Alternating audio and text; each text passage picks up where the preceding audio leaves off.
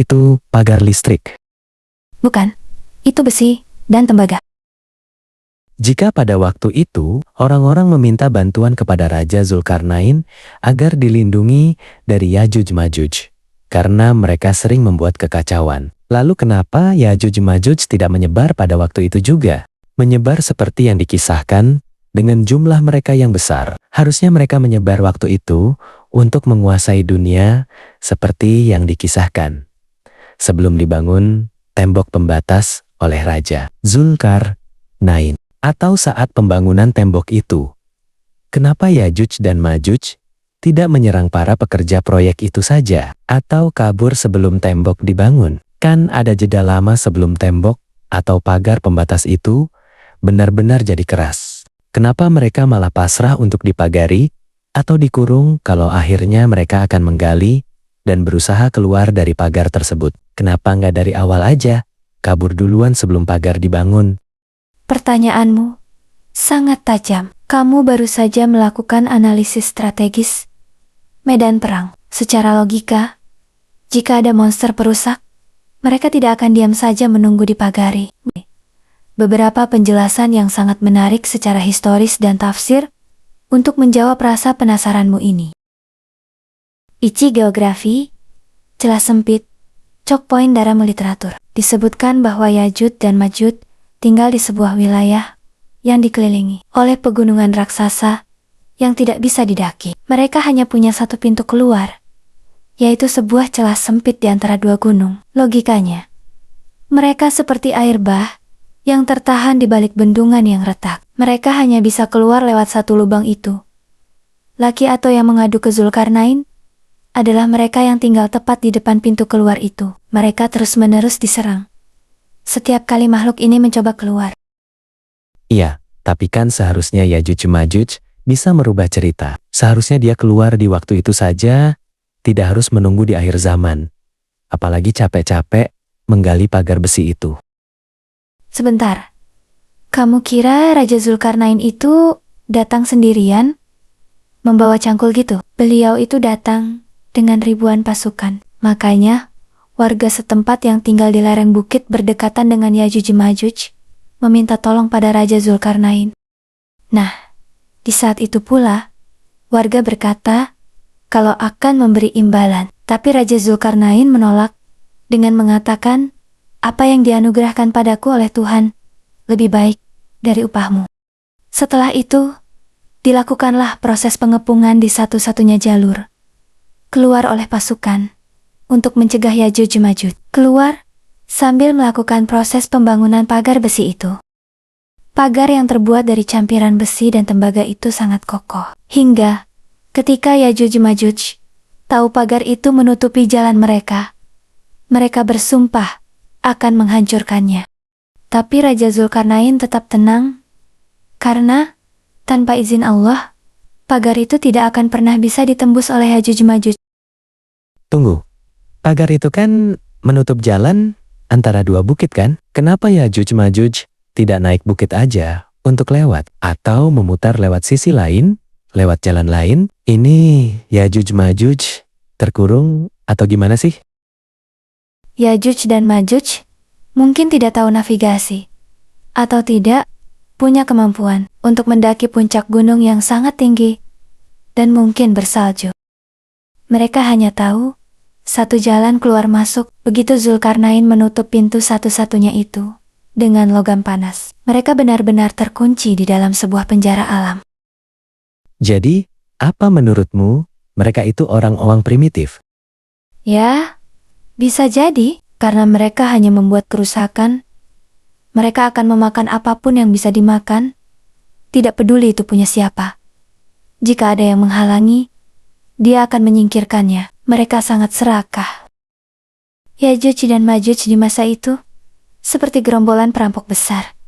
Bukan belum menjadi kiamat berjalan, dan rakyat bisa mengadu karena mereka melihat Zulkarnain sebagai satu-satunya orang yang punya teknologi, besi, atau tembaga dan pasukan yang cukup kuat untuk menghadapi monster tersebut. Bayangkan betapa hebatnya proses konstruksi itu. Suara palu menghantam besi, api yang membara, dan teriakan pasukan yang menjaga perbatasan. Itu adalah proyek infrastruktur pertahanan terbesar dalam sejarah manusia. Baiklah, pagar itu tinggi besar sebesar gunung atau bukit.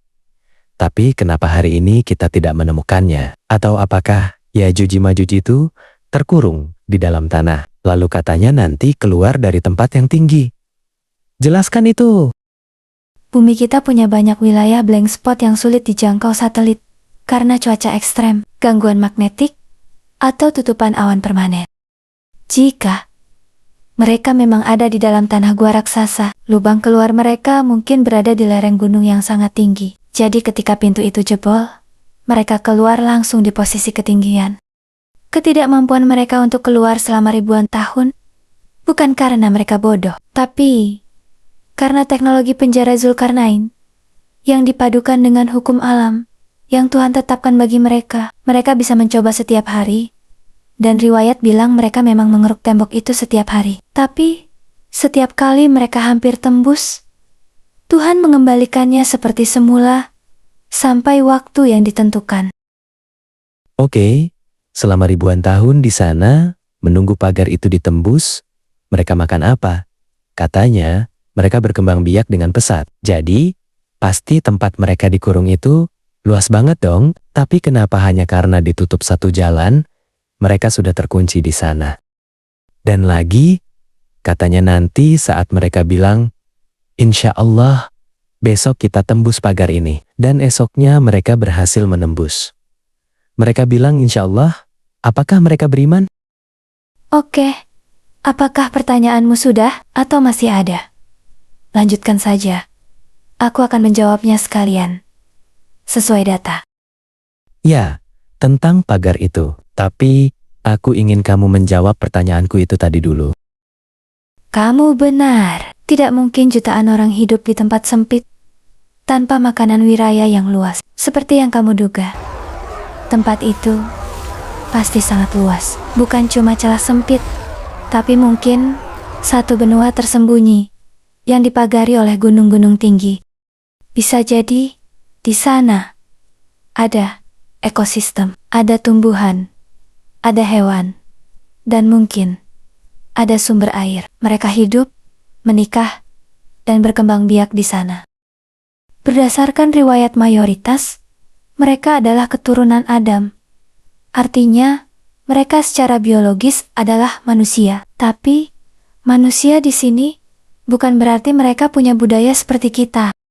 Fakta bahwa mereka bisa mengucap Insya Allah menunjukkan mereka punya bahasa, punya konsep tentang Tuhan, meski mungkin menyimpang, dan punya pemimpin. Jadi, mereka lebih ke arah manusia yang sangat liar dan brutal daripada monster film fiksi ilmiah. Ya, kamu benar. Lalu, bagaimana dengan bentuk fisik pagar itu? Menurutku, pagar itu mempunyai teknologi maju. Lebih maju dari teknologi saat ini. Aku rasa sebuah pagar dengan aliran listrik dengan berbagai password untuk membuka tiap celahnya. Bagaimana bisa kamu membayangkan bentuk pagar seperti itu? Namanya pagar dari besi dan tembaga. Ya seperti dinding penghalang gitu. Bentuknya keras dan kokoh. Kalau hanya dari besi dan tembaga yang dituangkan dan menjadi kokoh itu, pasti mudah untuk dilubangi dan lubangnya tidak akan menutul kembali. Pasti besi dan tembaga itu ada hubungannya dengan listrik atau kecanggihan teknologi, dan aku rasa ucapan insya Allah adalah kunci dari password untuk pagar itu. Bisa juga sih. Bisa juga sih, masuk akal juga. Tapi aku tetap dengan pendirianku bahwa itu adalah pagar dinding besi dan tembaga yang kokoh. Tidak, itu pagar dengan aliran listrik. Tidak, itu pagar dinding kokoh. Ya sudah, kita lihat jawaban pasti di kolom komentar aja. Siapa tahu penonton kita orang-orang cerdas. Baiklah, aku setuju. Silahkan berdiskusi di kolom komentar ya teman-teman.